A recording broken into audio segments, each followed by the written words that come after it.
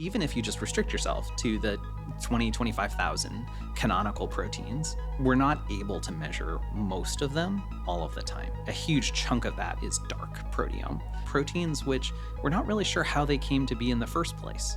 But when it comes to doing something totally challenging and crazy town and new, startups are really special in that way. They have that capability to do something like that. Body. What is it? Fleming of St Mary's Hospital, London, who discovered that it produces the drug known as penicillin. The question was, which drug would go with which cell? It's a collaboration that's unexpected because it's between humans and the tiniest organisms. The howl of a dire wolf. Dorset lamb may represent a major landmark. I did not start off planning to design proteins. Scientific breakthrough will probably be something that we hard to imagine. Just at birth could map out an individual's entire future risk of disease. So you're in a position, obviously, that a lot of people would be thrilled to be in. You're a professor at Stanford. You've helped pioneer the field of proteomics, kind of the modern generation of proteomics. And obviously, you're also the chief scientist of a publicly traded company. How did you end up here? Like, what's been the scientific journey from the beginning? It's been an incredibly meandering one. I was always probably an incredibly irritating child. I asked lots of questions constantly. I was asking questions, and everybody, and they were often questions that didn't have answers. But I think that want to understand things and figure things out was there very, very early on.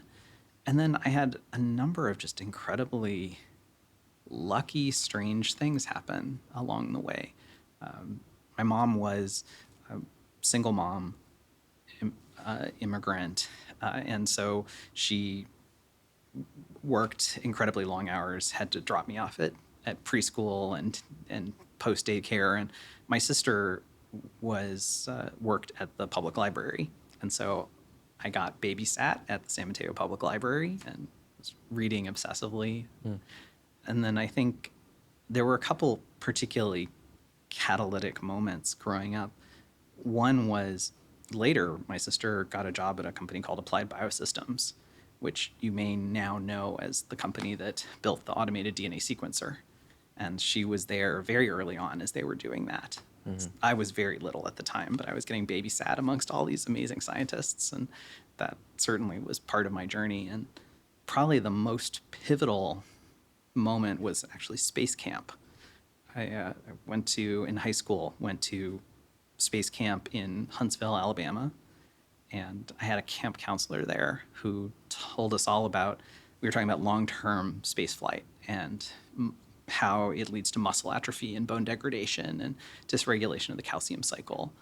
And they talked about this concept of, right now it's really hard to treat because you can't just give people more of these protein hormones and that regulate things because bad things will happen. We need to make things that are more specific. If only we could design new proteins that could be much more targeted and much more specific. But we can't do that because we haven't solved the protein folding problem. And I was like, all right, check. Go work on protein folding problem so that we can have long-term space flight. And that was my plan. Like, I was gonna go work on the protein folding problem, become an astronaut, and so many of my choices later in life stem from this one camp counselor at space camp. That who knows what I would be doing right now if not for that moment. It's fascinating. What are the other kind of unsolved problems? Obviously, protein folding has been solved. The dark proteome we can get into later, but sort of what else should sort of young, ambitious, aspiring scientists be thinking about right now? So I think it's interesting that you say that the protein folding problem has been solved. My understanding is there's debate as to whether or not the protein folding problem has been solved. Okay. There's certainly our ability to predict protein structures we're very, very good at. But do we actually understand the biophysics of how we get from a primary sequence to a structure? I'm not sure we do. I think we have really good predictive models, but I'm not sure we understand the biophysics of it. So that is still out there as an open problem of how is it that this combination of so many forces come together such that proteins are able to find their shape? It's still a huge problem.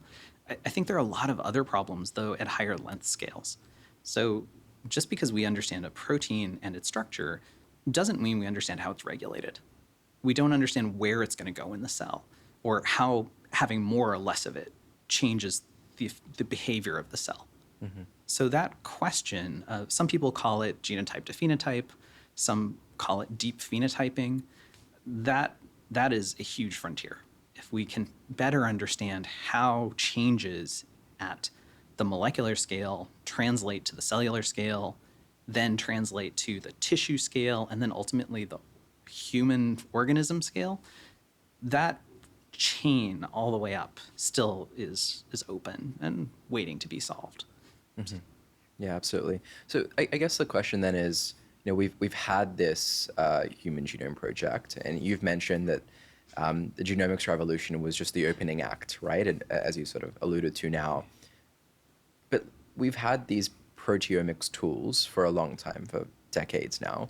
Why hasn't proteomics had its sort of Human Genome Project moment? I think one thing to recognize is that measuring the proteome is just absurdly hard. It is a much, much harder challenge. Number one, proteins span this wide range of concentration. So DNA is basically one concentration. There's a typical number of a typical amount of DNA per cell. It's the same in most cells. It doesn't change by orders of magnitude. Proteins, 1 copy to 1 billion copies, that's hard. We don't have analytical tools that kind of range. The other aspect that makes it hard is what we really want to understand is the dynamics. Your genome is relatively static over your lifetime. Your proteome changes every second of every day. And so that's another reason why proteomics hasn't had its moment, because it's analytically incredibly challenging. It's constantly changing, so you need to measure it over and over again. And so we're lacking in tools, and we're just lacking in understanding. So if we look at the tools that exist today, they are overall relatively challenging to use, or they're a little on the incomplete side. So to date, no one has ever measured the whole human proteome in a single experiment. I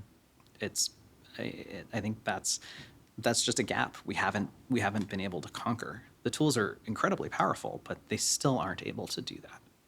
Yeah, absolutely. I think we've had sort of single-cell RNA-seq, right? And that faces the same challenges of there being a drastically different, a relatively normal distribution where some RNAs, some mRNAs are hugely abundant, others are not very abundant, and then you have this like ribosomal RNAs that absolutely dominate the picture. What would the equivalent be for the proteome? Like if you had to map the distribution of the proteins, what can we see? What's the abundance of sort of these different categories? Yeah, so maybe just think about it. So DNA, on average, 1 copy per cell. RNA ranges from maybe 1 copy up to maybe 10,000 copies on the high end, but most things live in under 1,000 copies per cell. Proteins, 1 copy to 1 billion copies per cell. So it's orders of magnitude more challenging. And you add on top of that the incredible biophysical diversity of proteins, it's a substantially harder challenge. The other really important difference is that nature gave us a really great tool in DNA polymerase. So if you have a small amount of RNA or DNA, you can photocopy it and make more. There is no equivalent tool for proteins. If you have 1 copy of something, you need to measure 1 copy. There's no way to make more. This is just interesting. I mean, if we extend this out to the very, very far future, you can imagine a new form of protein sequencing where we have this protein polymerase, right? Where it's like it reads the protein and then it also creates, synthesizes a new protein using amino acids rather than sort of this like RNA to ribosome step. But obviously, like in the intermediary, we have to have other tools based on the tech that we have already developed as a civilization. This is what your company has set out to do, Nautilus. Explain why it's important to sort of map the entire human proteome. Like, what do we gain from understanding it? Absolutely. I can give a couple. I'm going to make a grandiose statement first, Sure. and then I'll walk it back a little bit. Proteins make everything go. That's my grandiose statement. And so if we want to understand how biology works, we need to measure proteins. The how they do that is influenced by how much is present, where it's present, how it's modified on a range of timescales. So, for instance, phosphorylation, a very common way that proteins are regulated, can happen on the second time scale. Things like protein turnover, degradation, can happen on equally fast timescales, maybe minute scale timescales. And then we have other things like your alpha crystalline in your eye. It turns over on a scale of decades. So we need to be able to understand all of those time scales and length scales in order to really understand how biology works.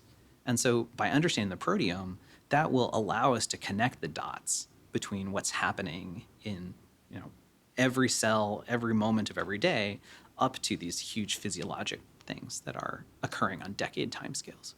Okay, understood. Tell us about the dark proteome, right? This is something that I read about actually on Twitter, like the day that you guys reached out around being on the podcast.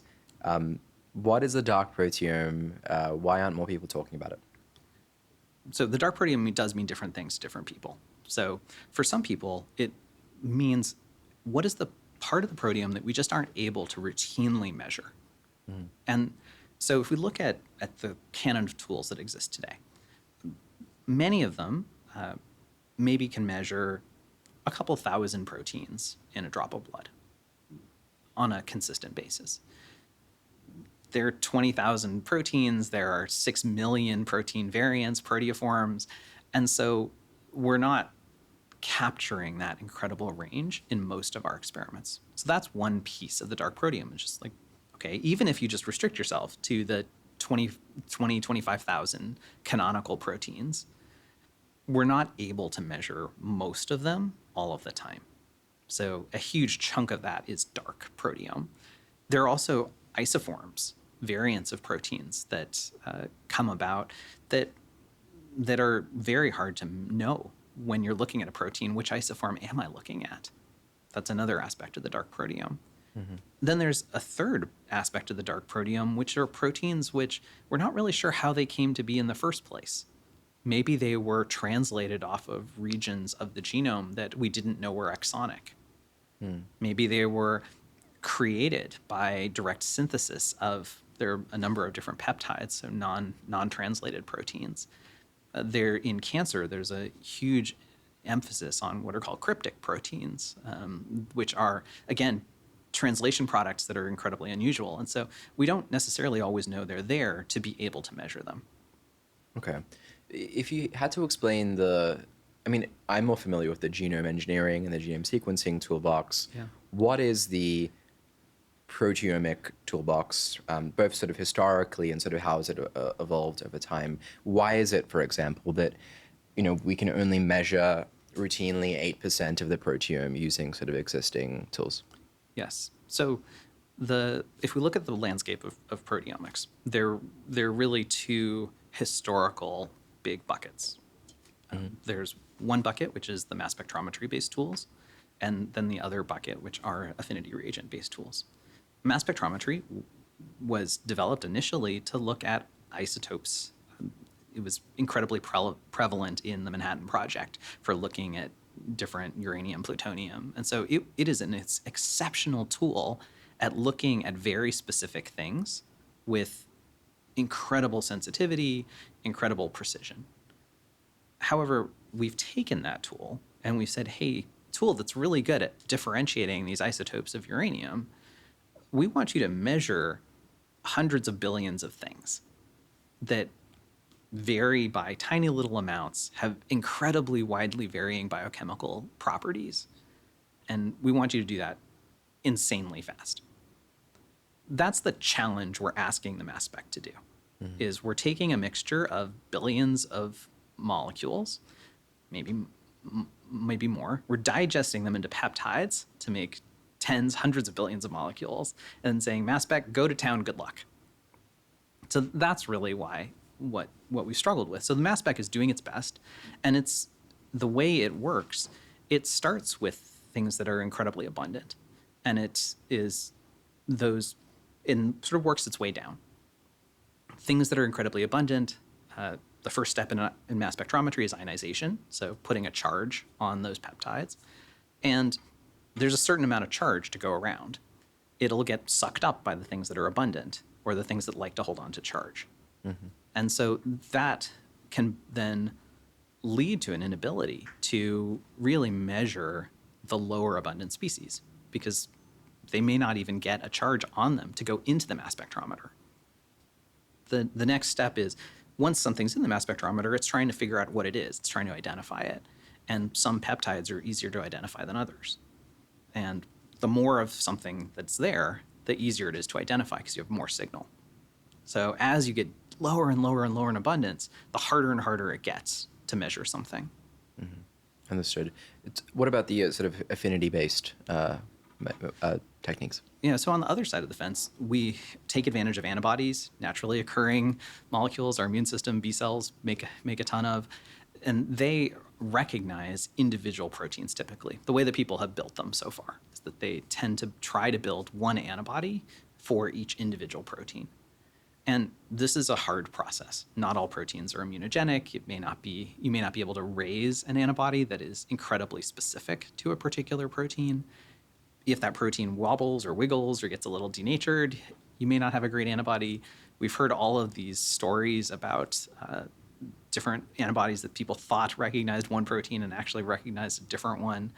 And so the challenge there of how does one build an antibody that differentiates all of the different proteins and all of their different variations. Again, once you start considering truncations, phosphorylations, methylations, et cetera, there may be millions of forms of proteins out there. And building an antibody to recognize that, oh, hey, I'm looking at the protein tau, and it has a phosphorylation at position 181 and 364.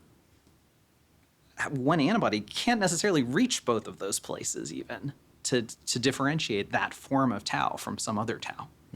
So it's actually an intractable problem to build antibodies to recognize every form of every protein.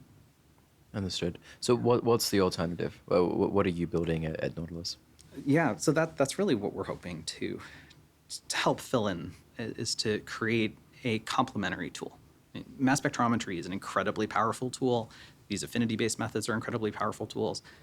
But the more tools you have in your toolbox, the more things you can measure. And that's just sort of the way that I look at the world, is how can we create some flexibility so that people can ask the questions they want to ask. And so our approach has been based upon starting with, let's not try and measure everything in bulk. When you're looking at bulk properties, it can hide detail. If you think about, all right, well, we have a billion molecules in a cell. All right, well, let's build a tool that can measure those billion molecules and do it one at a time. And this is closer to the way that we think about doing something like RNA-seq or DNA-seq. The difference is we actually do need to measure one molecule at a time. We can't make more. So that's the heart of our platform, is let's measure tens of billions of individual protein molecules in a massively parallel hyperscale manner. And so we had to solve a couple challenges to do that. We had to first figure out how to even immobilize a billion individual protein molecules. And that is a nanotech problem of how do you actually build a nanopattern a surface? How do you attach those proteins so they don't fall off? How do you know that you're looking at a single protein? We had to solve a huge number of challenges there. And then once you have them glued down, the challenge you have to solve is, how do I figure out what protein I'm looking at? And that's really the second key part of the platform, and actually takes advantage of a machine learning AI layer to help you. The way that we've traditionally thought about building measurement platforms is like with antibodies. We'll build one antibody per protein, and we'll be really specific. We'll make one measurement. We'll call it good. Our entire thesis is that we want to be able to measure each molecule over and over and over and over again, and accrue incrementally more information cycle after cycle after cycle of measurement. We call the technique iterative mapping because we are literally iteratively touching each molecule over and over and over again and gathering little snippets of information that we can put together to infer the identity of each molecule. And then once we've identified every molecule, we get our quantitation just by counting. A single molecule counter is A. Definitionally, you cannot be more sensitive than a single molecule counter. And then quantitatively, at the single molecule level, identification is quantitation. It's a really special property of being at the single molecule level. Today's episode is sponsored by 80,000 Hours. Now, if you're anything like me, you care about the impact of your short human life on this planet and humanity at large. And at least for now, your life is just that, short. Your career is about 80,000 hours long on average.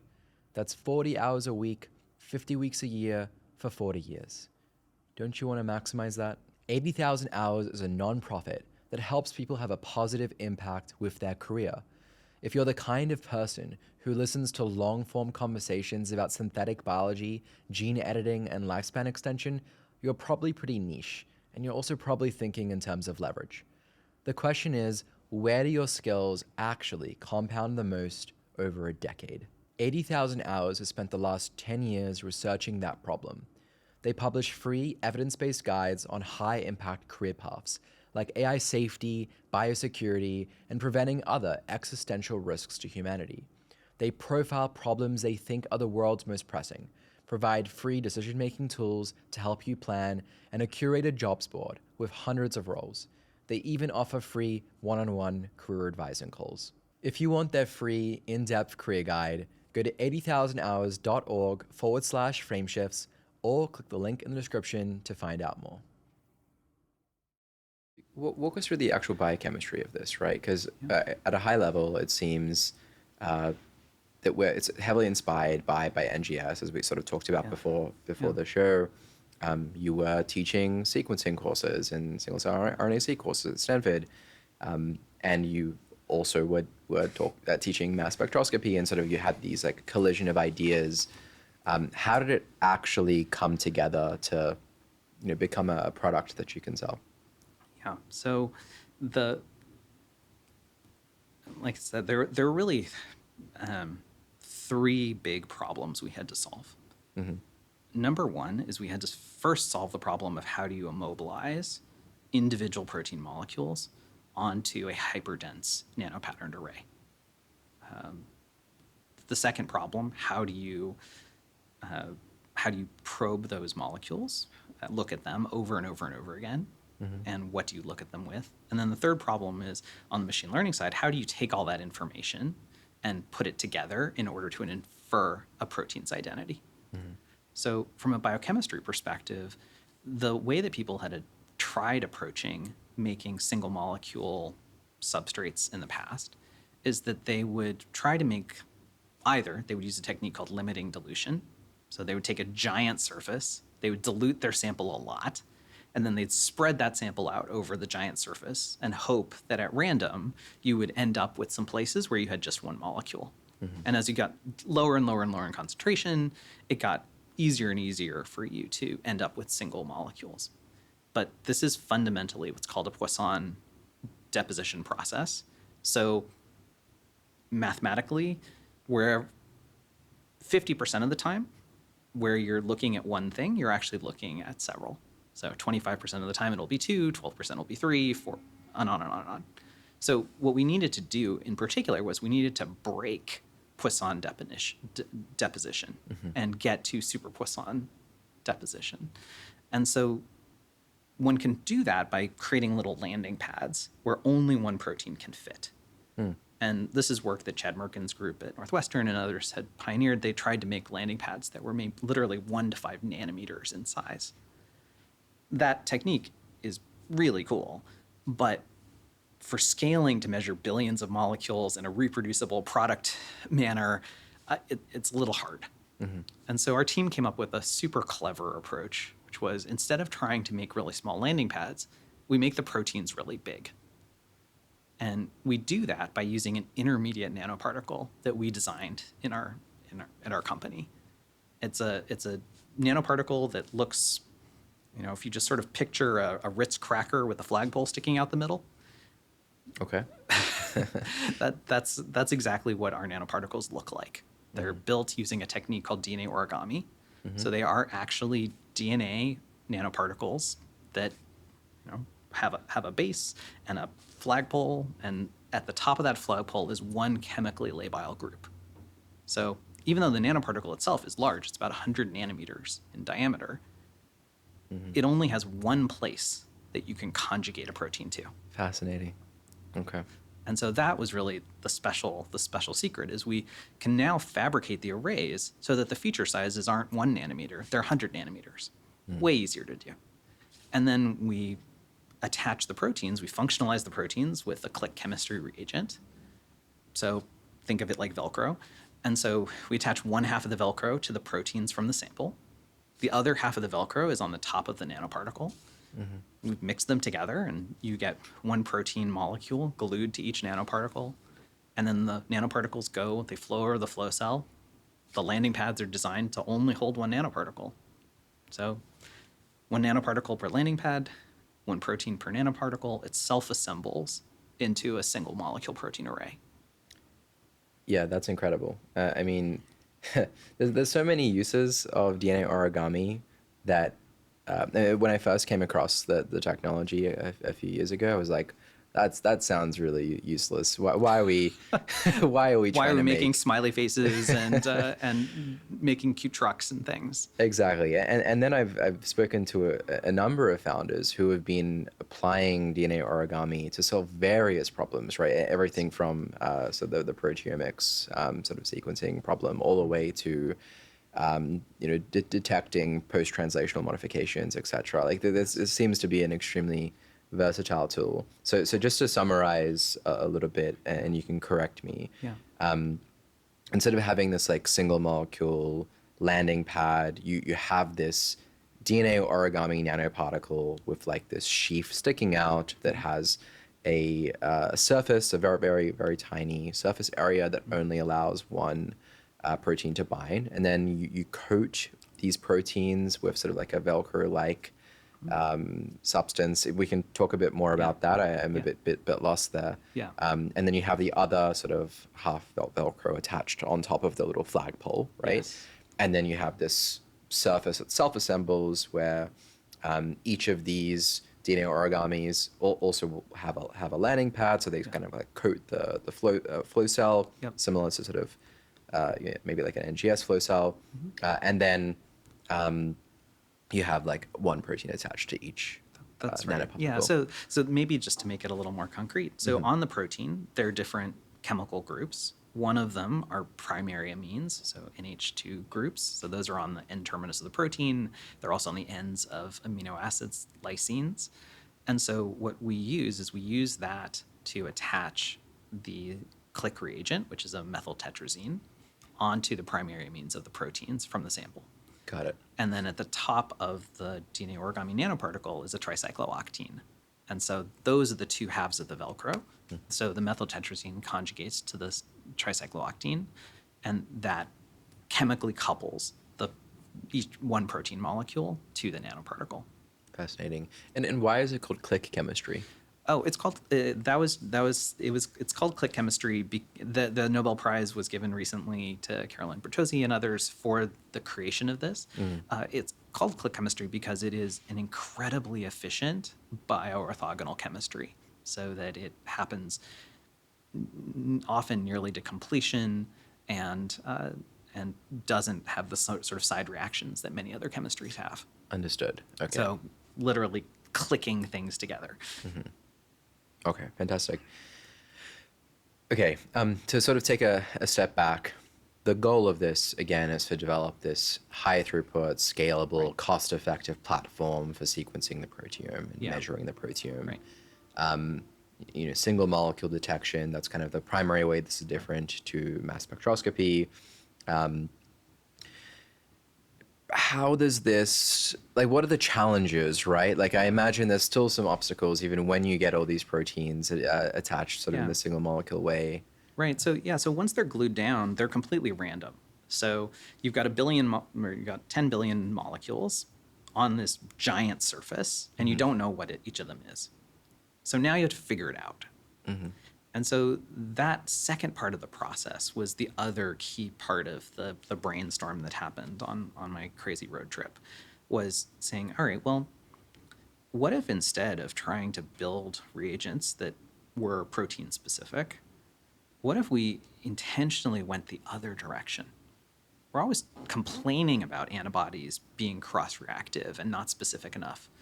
Let's intentionally try to build antibodies or aptamers that recognize lots of different proteins. And so the way that I think about the next step is sort of like the game Guess Who. I don't know if you've ever played Guess Who.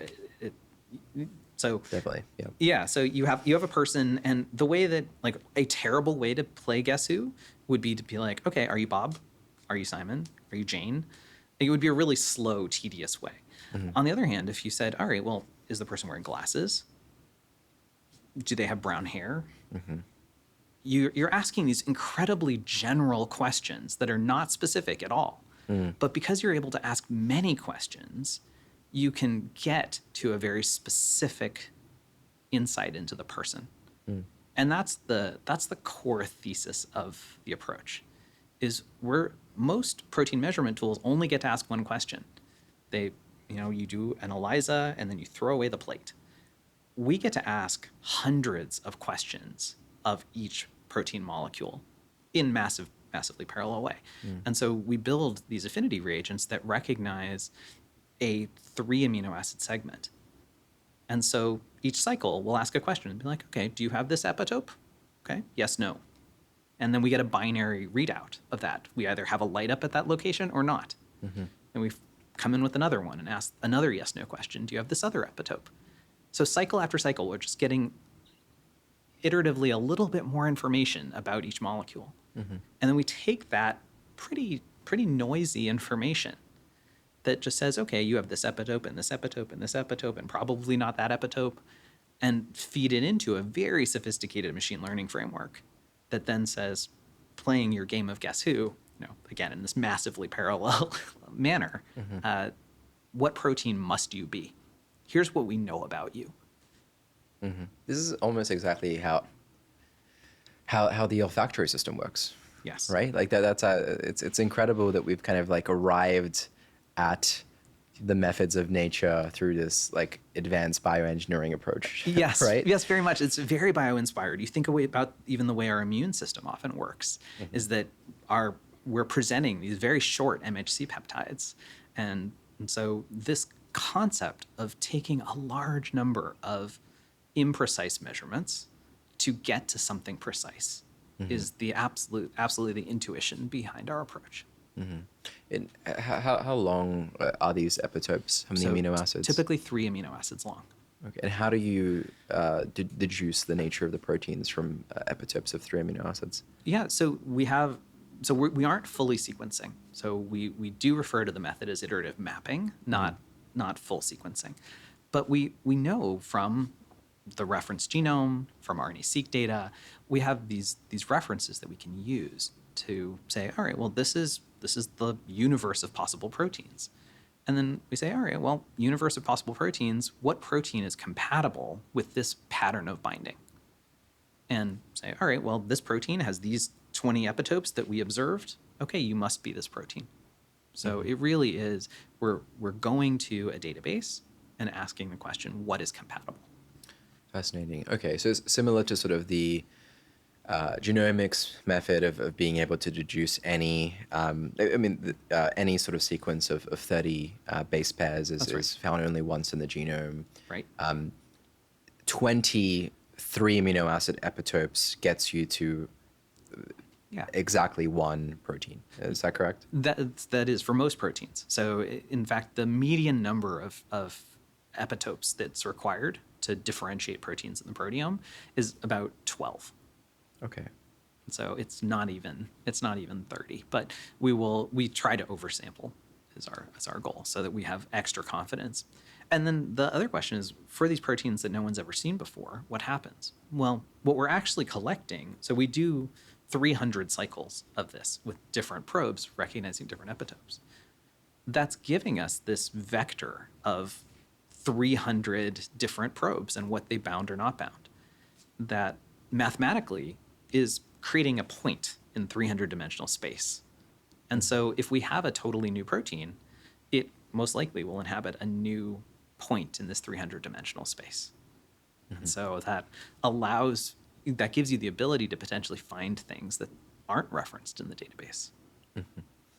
And you mentioned earlier also about sort of the fluorescence aspect. Can you explain a little bit of the sort of washing, removal, etc.? Sure, That absolutely. we talked about. Absolutely. So what is actually happening in the measurement is that we have a special label that's a fluorescent label that we've put onto our antibodies, and that that glows.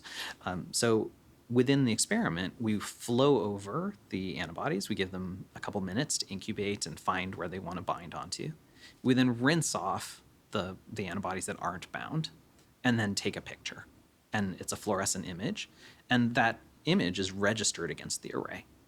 And so our actual primary data does look quite a bit like fluorescent next-gen sequencing data, that we have a light up at a location or not. Mm-hmm. And so that's one cycle, is we flow over a probe, we rinse off the unbound, we take a picture. Mm-hmm.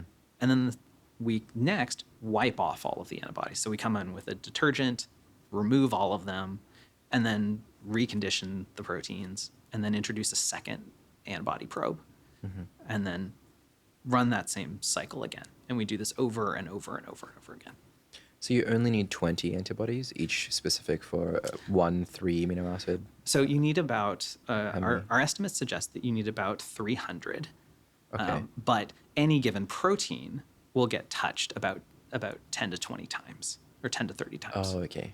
Understood. Okay. So 300 of these antibodies, each binding to one of these 3 amino acid epitopes. Yep. And you do 300 cycles, and it distinguishes any protein from every other protein. And also because this fluorescence is binding in a two-dimensional space, you also record the sort of position of the protein as well. That's right. Fantastic. Okay, it's an incredible technology. I mean, what's the utility of this now? Like now that sort of proteomics is sort of undergoing its own revolution. You've mentioned this for a while, that it sort of has felt for a while that we're almost at this sort of like next step, this impending kind of breakthrough. What does this mean for science, for therapeutics, for drug discovery, etc.? Yeah, well, coming back to why this is needed, I think one of the first things that we often will talk to people and say, well, why can't I just do RNA-seq and call it good? Mm-hmm. My academic lab is a systems biology integrated omics lab, so we spend a lot of time staring at that question. And the reality is that transcript levels don't actually predict protein levels very well. Mm-hmm. So, and there's a biological reason for that. Why would biology create this whole other layer of regulation if it wasn't needed? And operationally, a protein amount comes from a translation rate and a degradation rate. And those differ for every single protein. Mm-hmm. And so since proteins are actually doing the work in the cell, we need to know how much protein is there. Also, proteins move around and their behavior changes depending on where they are. And so RNA-seq doesn't predict that either. From RNA-seq data, I can't know that something translocates from the cell membrane to the nucleus. Mm-hmm. There are other examples, like HIF-1 alpha is a great one. This is a protein that's Nobel Prize was given a couple of years ago to Bill Kalin and others, it's a protein that regulates how a cell reacts to running out of air. The transcript level of HIF-1 alpha is high all the time, but under hypoxic condition, but in general, the protein level is actually really low, except under hypoxic shock, when within a couple minutes of hypoxia, the protein level will skyrocket, go up by a factor of 10 or even 100 sometimes. And so that disconnect between RNA and protein is actually how that regulatory system works. So what does having the proteome give you? Well, it allows you to explore all of these multi-omic regulatory mechanisms. It allows you to understand where on the cell different proteins might be. It allows you to, when one thinks about drug targets, the vast majority, 95% of drug targets are proteins. Mm-hmm. And so we care about the proteins that are overexpressed in cancer cells and differentiate cancer cells from healthy cells, because those are great drug targets, either for antibody drug conjugates or mechanistically. So by understanding the proteome, by bringing more tools to bear, it potentially allows us to understand disease mechanisms better. It allows us to understand what drug targets we should be going after, and the other aspect is potentially on the biomarker side. What are the things that we can look at to tell you as early as possible that you have cancer or that you are progressing with Alzheimer's disease? Mm-hmm. You mentioned that the spatial side. I don't quite understand that, because obviously you have to lyse the cells to be able to extract the proteins. How do you distinguish between sort of a protein on the surface versus an intracellular protein using this method? Yeah, so there are existing biochemical techniques that allow you to collect just the membrane portion of a cell, or just the intracellular portion of a cell, or just the nuclear portion of a cell. Mm-hmm. And so that would really be done in the sample preparation prior to the instrument. Mm-hmm. And so there are really elegant techniques to look at just the mitochondrial proteome, for instance. And there's a group, Catherine Lilly's group at Cambridge, has done amazing work in separating out different components of the cell. So there's a whole canon of how do I access just different pieces of the cell to study their proteome. Mm-hmm. Earlier this year, I believe you also announced that your platform can not only detect sort of intact proteins, but something else that you've mentioned in the conversation, which is proteoforms of tau proteins in Alzheimer's patients. What are proteoforms? Yeah, proteoforms is a word that isn't very familiar outside of the proteomics community, unfortunately. Mm-hmm. I'd never heard of it before. Yeah, that's not uncommon. It's a word that was made up in, I think, 2013 was when it was published. Neil Kelleher was a huge, his paper was the one that introduced the terminology. And really what it was meant to reflect is a proteoform, formally, each proteoform is a distinct chemical entity. So, for example, if I have a protein, that protein might potentially be modified in some way. It might have 2 or 3 or 5 different phosphorylation groups on them. And that protein that has no phosphorylations versus that protein that has 3, those are different proteoforms of the same protein. So in the same way that you think of different splice variants of transcripts, this is taking that concept on steroids to recognize the incredible diversity of forms of proteins that exist. Mm-hmm. So things like post-translational modifications, truncations, etc. Yes. And I imagine that by being able to sort of deduce the through the sort of epitope system, protein identity, you can also deduce between different sort of proteoforms. How is this sort of important? What are proteoforms? Sort of therapeutic. What do they do for them? What do they do for you? Yeah. So the example that we shared earlier this year is on the protein tau. So tau is a critically important protein in Alzheimer's disease. It's been studied extensively. There are a number of therapeutics that target the protein tau. Mm-hmm. And going back for decades, literally the early 80s even, there was work that suggested that tau was hyperphosphorylated, so had a lot of phosphorylation, and that was part of its role in driving Alzheimer's disease. This was observed. Now, what did it mean that it was hyperphosphorylated? That's where it got a little murky.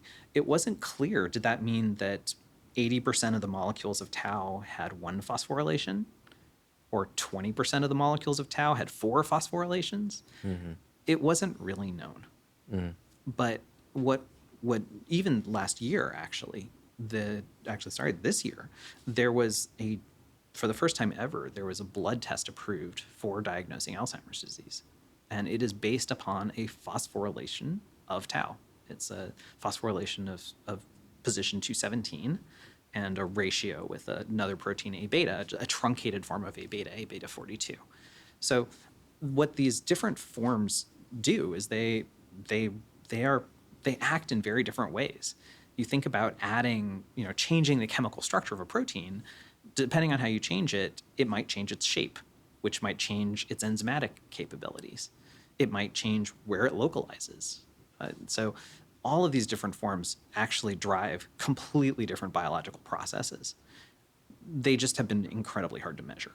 And so what we've already shown is that across, we looked at a small cohort of human patients and saw that in one of these aggressive Alzheimer's disease patients, there were forms of tau that had quadruple phosphorylation on it, something that was nearly impossible to measure previously, and strongly differentiated that patient from any of the other healthy patients.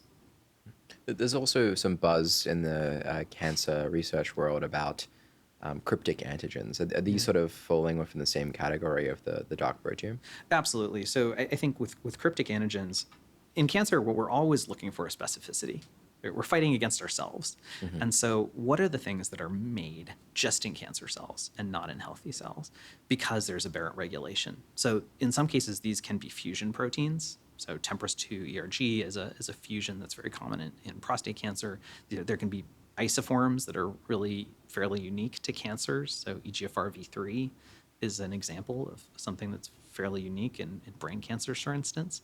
And so there may exist whole sets of proteins that are fused differently in cancer, are translated differently, come from parts of the genome that aren't normally translated. And these are all neoantigens, which can be great targets for immunotherapy.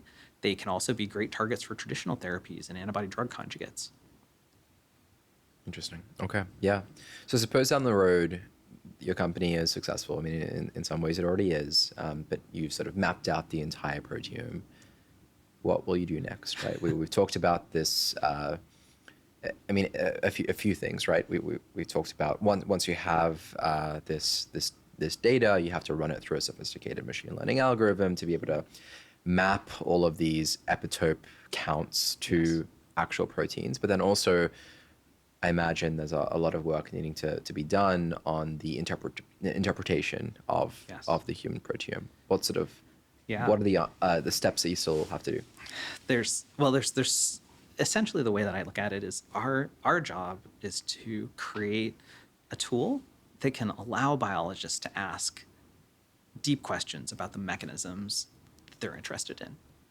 And that is, when you think about whenever a new tool comes into the world, just how much new knowledge is generated. You think about that transition from traditional sequencing to NGS, or from microarrays to RNA-seq, just how much greater we were able to understand the biology of disease. But as we generate all this data, we also need the tooling to help us interpret these gargantuan data sets. So for me, the goal of Nautilus was not to be the first to measure the whole proteome in a single experiment. Like, that'll be cool, but really it's about making it so that any biologist anywhere can access the proteome to ask their questions. And there are an infinite number of questions in biology that we still don't understand and we still need answers to, and proteins are a huge part of. Understood. Welcome to the Frameshifts podcast, where we spotlight the world's most ambitious biotech founders, investors, researchers, and change makers. This episode is brought to you from the offices of Polsinelli, a national law firm that helps biotech companies do everything from incorporation to patents, trademarks, and venture financings. Thanks to Polsinelli, for being part of the growing ecosystem of scientists, investors, and builders shaping the century of biology. Yeah, I mean, incredible technology. I'm going to move on to some other questions that are less related to the science and more related to business development and what it was like to start a company. Obviously, especially as an academic professor at Stanford, it is a very entrepreneurial place to be, but sort of how did the company come together in the first place? How did you meet your co-founder? How did you raise money? Tell us about that story. Yeah, so I guess coming back to this first moment, the first moment was waking up and having this crazy idea for, hey, I think if we did this, we might be able to measure the proteome in a way that wasn't possible before. The second, that was immediately followed by, this seems kind of important. I should do something about this idea. Mm-hmm. And then immediately followed by, okay, how do I do something about this idea? And you have a couple choices there. You can pursue it in your academic lab. You can call up Thermo and say, hey, Thermo, I had an idea. Could you all please go build this? You could, or you could start a startup company. So that was the first decision point, was what is the right way to get this into the world? And I looked at those different options, and what was clear was that in order to pull this off, it required a degree of interdisciplinary collaboration and scale that is beyond an academic lab to pull off.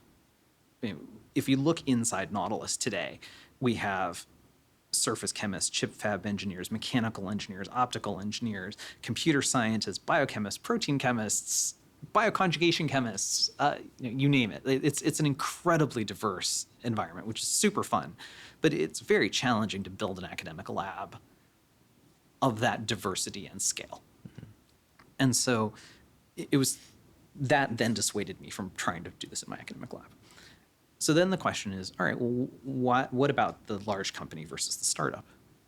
And this is where I do believe startups are special. Startups have the ability to move very quickly, to try a lot of things, to be really nimble, to fail in 1,000 different ways. And that mindset of incredible innovation and creativity and throwing stuff against the wall and iterating a lot, that's like startups do that really well. And larger companies are often incredibly good at last mile productization and rigor and guard banding and all of that. But when it comes to doing something totally challenging and crazy town and new, startups are really special in that way. They have that capability to do something like that. And so now we're going to do a startup. Next question is, all right, how does one actually start a company? Well, I was really fortunate. The story actually begins before my co-founder. I had many years earlier met Zod Nazem, who was previously the CTO of Yahoo. And then ultimately he, after being very successful there, he and his wife, Nushin, who was one of the early people at Oracle, the two of them have invested in a large number of companies, and I met them just along the way. And I was having coffee with Zod the week after this crazy brainstorm. He was like, "So what's up, bud?" And I'm like, "Well, I think I think I came up with something. I think I might need to start a company." He was like, "Okay, great. Well, how can I help?" And he and Nushin were incredibly instrumental in, they're dumb things we don't talk about. Like, how do you actually start a company? How do you need to file some things in Delaware? How do you get a name for a company? You have to trademark it. There's a bunch of law stuff to do. Filing the first IP, there are thousands of law firms. How do you choose one? And so we went traipsing up and down Page Mill, talking to a bunch of different law firms, eventually met some amazing people at Wilson Sonsini, and that was really Zod and Nushin helping me through that. And then along the way, I emailed Sujal, who's my co-founder, amazing co-founder, really for advice. I'd known Sujal for years. prior to moving to Stanford, I was at UCLA and Cedars-Sinai, and we generated a gargantuan amount of data. When you generate a gargantuan amount of data, you need a place to put it. And so Sujal at the time was starting his first company called Isilon, which made large-scale storage clusters. And he was the technical co-founder of that.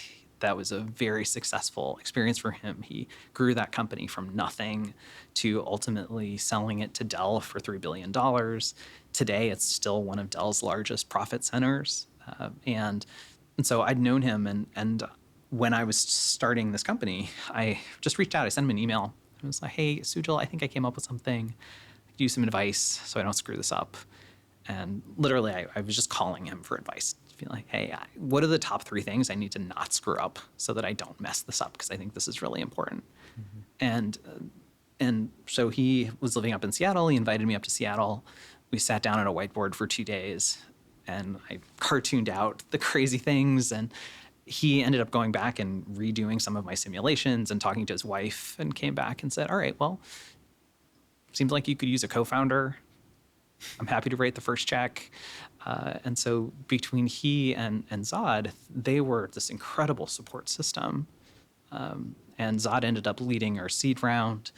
And the two of us, Sujal and I, we started with literally renting one lab bench at Stanford's incubator StartX. And then trying to see if this idea had any legs. And 6 months later, we're like, this actually seemed more doable. And then from there, like, all right, let's go do a proper seed round. And Zod was there to support us through that. And that was really the early days, was getting to the point that we really felt there was something important to do. Were you a first-time founder at this point? This was a transition from academia directly into the startup world? Sort of. So I'd been involved in a number of startup companies, but not this involved, and not formally as founder. So my work at UCLA and Cedars-Sinai, there's a company called Applied Proteomics that was spun out of work that was going on at our institute. Even as a graduate student, my graduate advisor spun out a company called Protein Pathways. So I was familiar with startup companies and been very closely associated with some, but this was the first one that I'd really been this close to. Yeah, I suppose it feels very different from sort of seeing companies emerge around you and kind of being involved versus sort of having the burden of the success of the company on your shoulders. What did you learn? Like, what were some of the mistakes that you made early on? How have you sort of changed as a founder in terms of your naivete compared to when you started? I think I'm actually incredibly grateful that I was as naive as I was when I started, because I think otherwise, if I'd known just how challenging building a company is, I'm not sure that I would have gone for it as hard as I did, and I'm really glad that I did. I think amongst the, I think some of the things that I've learned along the way are really about, some of the lessons come from the evolution of the company. And I think this was a hard lesson to come to grips with, because the people that you start the company with, you're working in the trenches with them. You care about them a lot, but the mindset and mentality of the folks who are early in a company doesn't always translate to when you are middle or in the last mile productization. And so, as well, the talent that you're able to recruit early on in a company is different than the talent that you're able to recruit when you have raised hundreds of millions of dollars. So that evolution of the team was not something I was prepared for. I didn't. There are people who love detailed reagent development, that they are thrilled to explore 1,000 minute variations that might in fact affect the stability of a reagent. Those are often not the same people who love to try 1,000 big, totally different, new, shiny things. And so that was one thing that I really had to recognize, is that people have different strengths, people have different things that they enjoy, and that part of the experience is going to mean that there are going to be people who are with you for the whole journey, and there are people who are going to, their interests are going to diverge. And that's good, and that's healthy, and it's part of their journey. Like, they might be first year kind of people who love the rush and the uncertainty, and that's great. And then there are other people who are going to be with you for the whole ride. I think it's a misconception that comes from the tech world that sort of even like the founder needs to stay with the company until the very end. Especially in biotech, I think oftentimes there are people that like to start biotech companies, and there are people that like to finish the job and take it through clinical trials, etc.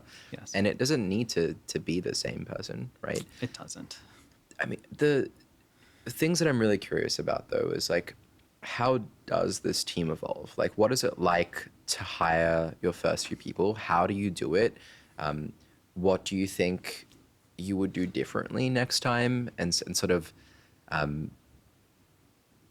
once they're in the team and sort of it's time for them to go, is it sort of a natural transition, or is it sort of an assessment of, oh, these people that I recruited early on, they didn't quite have like the specialized skill set that we now need, and they can't really be in like a position of authority over this program, for example. What is that like? So I think in the early days, I think it depends a lot on sort of the range of things that you need as well. So we needed a lot of different expertise. And so in the early days, we really needed generalists. We needed people who could wear a lot of hats and were very comfortable with a ton of uncertainty. And so our first hires were people who were drawn to startups. Maybe they were serial startup people, or they were people we had relationships with who knew us and were willing to take a leap with us. And so those were very much one-on-one conversations about what we were hoping to do. And they were people who were willing to take a leap on we don't have a lot. We don't have a lot of resources. We don't have a lot of demonstration that this is going to work. We just have an idea. But huge if true, if we can actually build a technology that can routinely bring the proteome to everyone, that is a large, audacious goal. And do you want to be part of that? And that theme of people who really want to be part of something important and are willing to work on something risky has persisted throughout the whole company. But particularly in the early days, where we couldn't show them that we could do single molecule deposition, where we couldn't show them that we could run 180 cycles on the instrument because we didn't have an instrument, that we're okay with our very first automation being named Parag and him, pipetting, that those people were attracted to the concept of the impact that they might be able to be part of. And so that was really what the early stages were. They were sharing the vision and seeing if that vision resonated with them.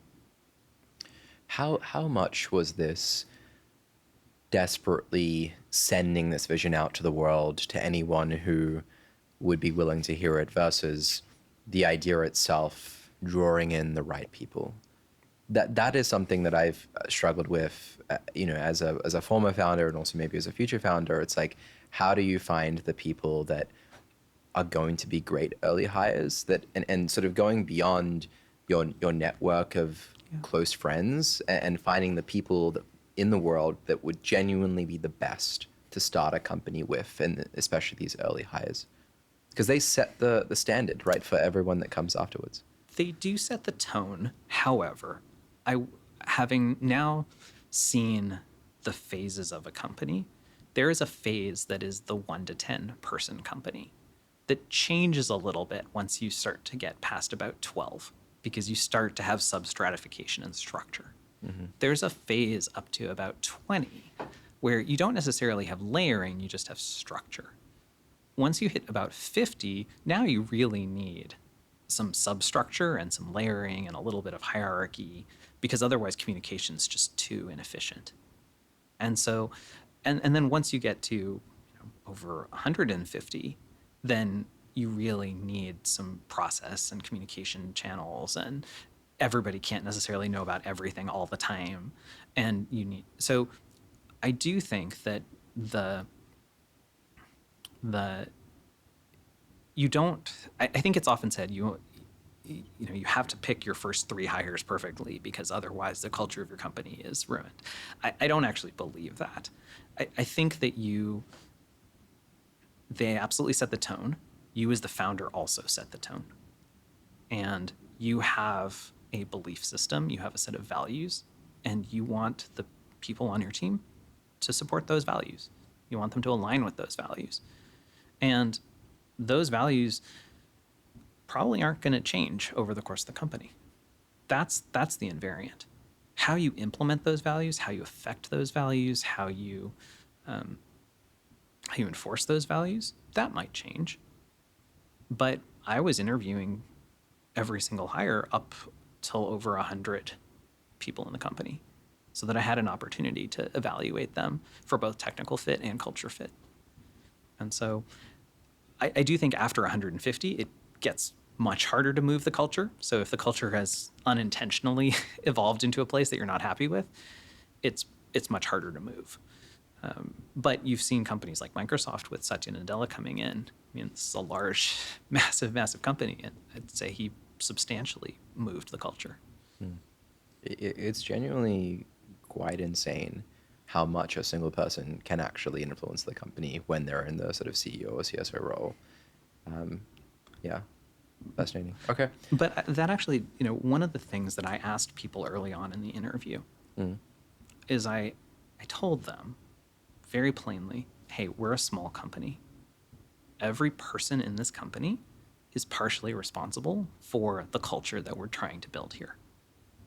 I want you to help contribute to building a company that you're going to be really proud to be part of 10 years from now. That's not solely on me as founder. That's on every single person in this company. Mm-hmm. It's very hard to, I mean, just speaking from experience, the challenge of maintaining the technical side of a company, like building the company, and the interpersonal side, keeping people motivated, keeping people excited, addressing concerns, worries that everyone has and internally is like the most difficult part, right? The personnel management and finding the best people is always the hardest and most time consuming part of company building. Well, I think the reality is that a company is defined by the people that are in it. They are the single most important aspect of a company. Mm. And if you don't respect that sufficiently, you will not build a great company.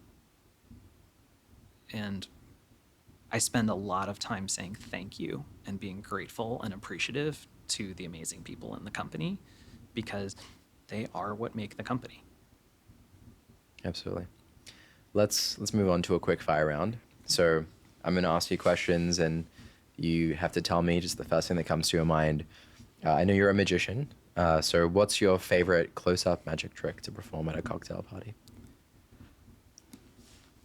I think my favorite, there are two. One is an effect called the ambitious card. It's an effect where you take a deck of cards and you pull out one card. Sometimes you have somebody sign it. Then you drop it down deep in the deck and you shake the deck a little bit and it pops back up to the top. You take it, you put it back down again, maybe you riffle it, and then all of a sudden it's back on top again. And it just, whatever you try and do with this card, it refuses to stay down. And it is amazingly fun to see people sit there and watch the deck and watch the moment that the card jumps to the top. And it's a really strong effect, and it can be done. So somebody walks up to you at a cocktail party, hands you a deck of cards, and says, "Amaze me," and it's a really lovely effect to perform. Okay. You mentioned there was a second one as well? Yeah, so there's another effect called triumph. And so this is an effect that somebody selects a card, and then you shuffle the deck incredibly badly, and such that, or you ask them to shuffle the deck incredibly badly. And some percentage of the time, people will literally take the deck and they'll flip half of it over and shuffle it all together so that half the cards are face up, half are face down. And you look at this mess and then magically fix the deck so that all the cards are face down, or except for one, which is face up, which is their card. And Okay. it's a really beautiful piece of magic. We'll have to get into the specifics of the mechanics of it later. What's the best piece of advice you've ever received? I mean, you mentioned that I have this entire other life as a professional magician and circus performer. And this question of that's a little eccentric. There are not a lot of people who will confidently declare, I am a circus performer and a magician and a scientist. Yeah, it's rare. And you might be the only one. But there was advice that I was given. Actually, so I'm going to answer twice again. So a friend of mine, Ed Marcotte, who is a professor at University of Texas, Austin, his advice to me was to cultivate your uniqueness and to own it, because that is what will make your science special and yours. And I've clearly taken that to heart. And I firmly believe that everybody's uniqueness contributes to the way that they look at the world, the way that they do their experiments, the way they interpret their data. Those experiences that they had when they were 6 color their viewpoint and make them distinct. And all of those some experiences create this lens and perspective such that even when they're looking at the exact same data side by side with somebody else, they see it differently. And that has been so important in my life that I firmly stand by that belief of cultivating your uniqueness and owning it. Mm-hmm. And I think the second piece of advice I was given was actually given to me by my acrobatics coach. Okay. Which, so when you're training as an acrobat, you spend a lot of time falling on your face, like literally falling on your face, painfully so. And so his advice was that failure is part of the process, and that is absolutely true in acrobatics. You fall on your face 1,000 times, and then one day you throw the trick and you don't fall on your face. And you're like, what happened? Why am I not on my face? Then you do it again and you fall on your face again. And you just keep on doing this over and over and over again. And that is so much of how science works too. You spend a lot of time falling on your face, having experiments not work, and hypotheses that are wrong. And you can be demoralized by that, or you can say, you know what, this is just part of how science works. This is part of getting to the right answer, is failing a lot and being okay with that. Yeah, I think it's underrated. It's easy to say, right? That failure is part of the process. Not a lot of people take it to heart, right? The risk averseness of most humans prevents them from like ever doing anything that is like truly great or sort of inventing a new field. Like if you're not failing at company building, the company that you're building is probably not ambitious enough, right? You're building like an AI wrapper or like a B2B SaaS. Not that there's anything wrong with those per se, but sort of there are more impactful things that you could be doing, and these are the sorts of things where you have to fail 1 million times before you get one right. Yeah, and I think it literally can hurt to fall on your face 1,000 times, but what you may not be appreciating is even in those failures, you're learning something, you're tweaking something, you're adapting, you're growing, and so it really is part of the process. And hard things are hard. That's just the way it works. If you want to do something hard, it's not going to work the first time. Mm-hmm. Okay, Parag, Last question for you. What is one book that you'd recommend to our audience, and why? I think I'm going to continue the theme of magic and crossovers and discovery. There's a really beautiful book called The Magician and the Card Sharp. And it is about a magician wandering around the country looking for this elusive card cheat. And it goes through a tremendous amount of the history of magic. You're on this journey with this magician trying to find this card cheat who could do something that nobody else could. And which in particular was being able to deal out of the center of a deck, which is quite hard to do. You've heard of maybe second deals where people deal the second card and make it look like the top card, or bottom deals. A center deal is incredibly hard. You essentially have to somehow open the deck, pull a card out of the middle, close the deck without anybody seeing it. And in this book, they talk about his journey searching for this, and also the extremes that he went to ultimately be able to do this. And the story of search, the story of perseverance, the story of crossover of communities there, because magician and card thieves, card cheats don't necessarily always hang out together. And he literally was looking, and the book is just beautifully told as well. It's beautiful. Yeah, I find that I always have a separate stomach for fiction books, right? Like there's only so many nonfiction science books that I can read in any time, and you're the first guest that actually gave us a novel, right? Well, so actually, no, it's not a novel. It's not a novel. It is a nonfiction book. It's a nonfiction book. It's a nonfiction book. Okay. Well, I think nonfiction, but sort of less serious, right? So. Very much so. Very much less serious, and I think inspirational in its own way. Fantastic. Well, Parag, I really appreciate you coming on the podcast. Yeah, thanks so much for having me. This was really fun. Awesome.